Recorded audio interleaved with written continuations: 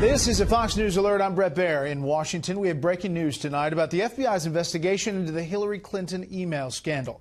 Fox News has obtained the original draft statement from then FBI Director James Comey about the Clinton situation. This comes as there is increasing concern tonight about how the Bureau handled both the Clinton case and the early investigation into the alleged collusion between the Russians and candidate Donald Trump. Chief Intelligence Correspondent Catherine Herridge is here with the breaking details. Good evening, Catherine. Thank you, Brett. Fox News has obtained an early draft of Director James Comey's statement recommending against criminal charges in the Clinton email case.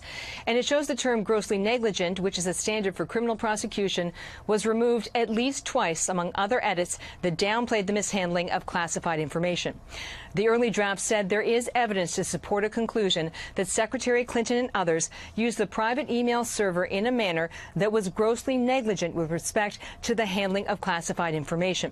Fox News has confirmed that FBI agent Peter Strzok made the edit, removing grossly negligent, and in July 2016, that was the language used by then FBI Director James Comey.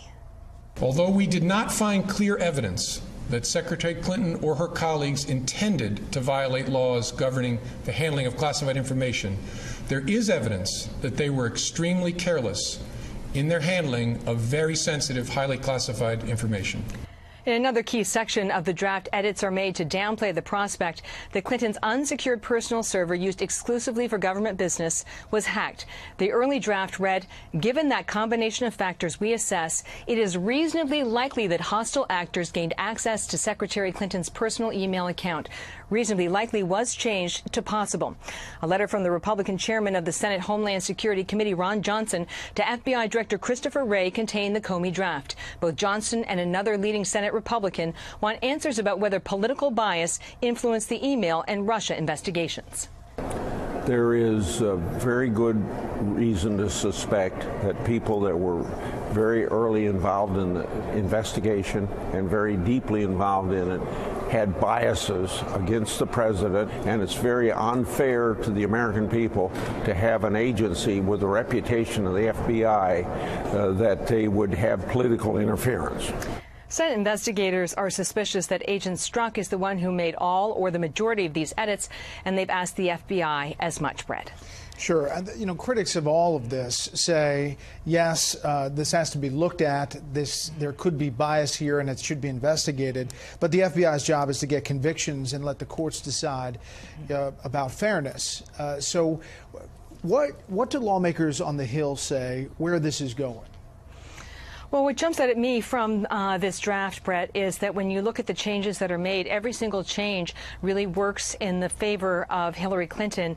It decreases rather than increases her legal jeopardy. I think the next step here is that people on the Hill want to know who exactly made the edits, because there is a footnote in the letter that refers to the FBI Office of General Counsel.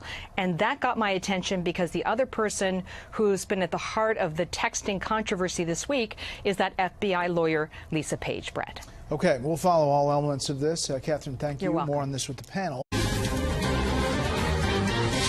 This is going to be an unusual statement in at least a couple of ways. First, I'm going to include more detail about our process than I ordinarily would, because I think the American people deserve those details in a case of intense public interest. And second, I have not coordinated this statement or reviewed it in any way with the Department of Justice or any other part of the government. They do not know what I'm about to say. Although we did not find clear evidence that Secretary Clinton or her colleagues intended to violate laws governing the handling of classified information, there is evidence that they were extremely careless in their handling of very sensitive, highly classified information. We've seen that many times. James Comey, then FBI director, laying out the case that he did not bring against Hillary Clinton and why in a very unique way. Today, in a letter from Senator Ron Johnson to the FBI director, Chris Wray, we see this. On May 6th, Deputy Director Andrew McCabe, forwarded the draft statement to other senior FBI employees, including Peter Strzok. The original draft of Director Comey's remarks included a statement that could be read as a finding of criminality in Secretary Clinton's handling of classified material. The edited statement deleted the reference to gross negligence, a legal threshold for mishandling classified material. The original draft of Director Comey's statement included a conclusion that it was, quote, reasonably likely that hostile actors had penetrated Secretary Clinton's private server. Instead, the edited statement simply read, it was possible that those events occurred. A number of other things in that letter coming out late today as this investigation continues. Let's bring in our panel. Fox News senior judicial analyst, Judge Andrew Napolitano, Molly Hemingway, senior editor at The Federalist, and Tim Farley, host and managing editor of Morning Briefing POTUS on Sirius XM Radio. Judge. Well, I don't think it matters who edited this. Jim Comey owns it. He's responsible for it. He was the director of the FBI. I also don't think it matters the ideological predilections of the editor. The person who signed it, the person who delivered it, is responsible for it. If you ask a first-year law student to define gross negligence, it's defined as extreme carelessness. They are essentially the same thing. He attempted to pull the wool over the eyes of the American public, and for a while he succeeded. Many of us have argued for 18 months now, since that came out on July 5th, 2016.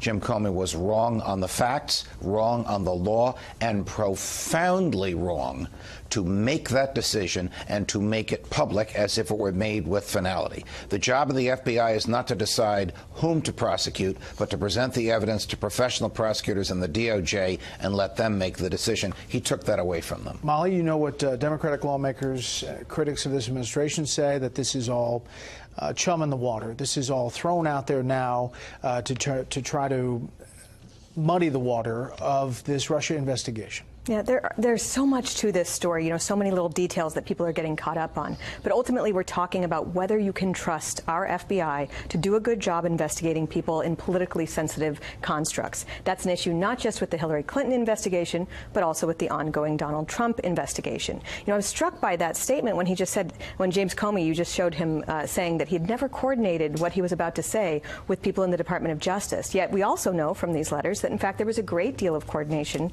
going on. And that coordination and these edits that we saw, they all went in the same direction, a direction of making it so that Hillary Clinton was in less legal jeopardy than otherwise she would have been. It's not just what we've already talked about with changing the language from gross negligence to extreme carelessness, but downplaying the amount of secret material that she had, downplaying the likelihood of foreign actors hacking into that system. And again, this all gets to the trust issue. If we can't trust the FBI to do a good job faithfully going after, you know, these laws that we all agree to hold to in this case, and we're seeing all these problems with the Russia investigation, you know, really getting to the very issue of, was there reason to believe there was treasonous collusion with Russia, or was it in fact an entire information operation where the FBI was weaponizing opposition research to go after an incoming administration? Right. I think the critics would say that painting with too broad a brush about an FBI where there are a lot of good people fighting good battles against terrorists and other things is dangerous. But this investigation is showing every day that there's some little nugget that opens up another piece of an investigation. Well, at the very least, what James Comey was saying there was a misrepresentation of the truth. I mean, it's obviously people had consulted on editing. I'm not sure who was.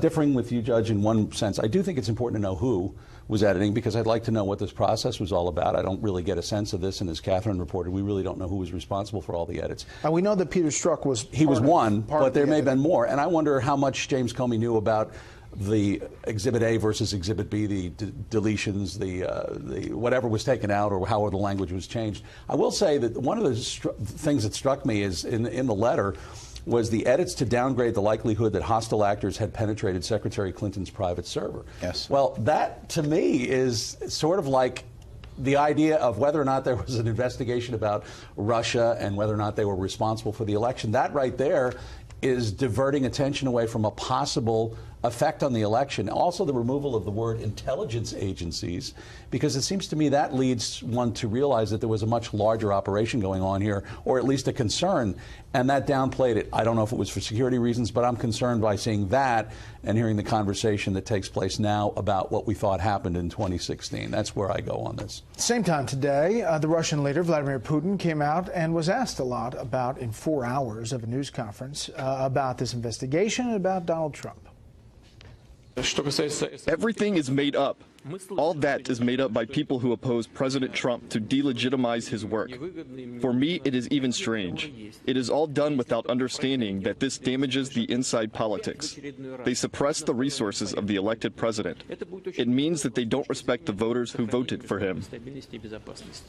And, you talk to people privately here, they say, listen, no matter what is said publicly in support, that Russia is still a very dangerous place for the U.S. And that man is the most dangerous killer on the planet right now. Dangerous to the United States, dangerous to Eastern Europe, dangerous to Western Europe. It's the last person Donald Trump wants defending him. I don't know what the story was with a 4-hour press conference. I know our Amy Kellogg was in the front row and she was trying very aggressively to ask a question, and he wouldn't call on her. But it sounds like he has something to hide. Molly. Well, I mean, that's the genius of this. Either this is his cover-up of having been part of the collusion, or he's actually saying something that's true, even though it's coming from Vladimir Putin, who is a very dangerous individual. There are issues here about this entire narrative of collusion with Russia. We have been at it for over a year, and we still don't have evidence of of Donald Trump working with Russia to steal an election. We don't know what we don't know, but that's what the caveat. You have to say that we don't know the Mueller investigation, what is going to come from it yet. We have not seen leaks. We haven't seen evidence. We haven't seen somebody come to the microphone and tell us something other than speculation and circumstantial talking like Adam Schiff talks about. But we do have much journalism going into this. We have many congressional inquiries. We have a special prosecutor. We've been pouring through everybody's communications, and we still don't have evidence of the central theme, which is this treasonous collusion with Russia. And at some point, it's worth asking whether the actual story is the narrative that was put out there to begin with, and that there were leaks that were designed to support that narrative coming from highly placed Obama intelligence officials. That's also significant. We do have evidence of those things, and those are things that we also need to start paying much more attention to, and the FBI and Department of Justice need to start being much more transparent about what they were doing with that narrative. I always remember when Christmas time was the only Russian we talked about was Tchaikovsky with the Nutcracker Suite. That's changed. I know. It obviously has. Bob Corker, Senator, chair of the Senate Foreign Relations Committee, said President Trump had a blind spot with Russia. That Washington Post story this morning was talking about a lot of different things, whether he yells at his staff, whether he doesn't want them to pass information. There was an interesting quote in there from Kurt Volker, who was the former NATO ambassador, who said, I believe he wants a better, more constructive U.S.-Russia relationship. I think, I took from that story anyway, that the president has the right motives. I just don't know that he knows which road to take on the map to get there. And trusting Vladimir Putin, to me, is not the answer. We have a lot more to discuss on Iran and Yemen and what happened today with laying out this evidence of Iran in Yemen. But unfortunately, we are out of time, panel. Thank you very much.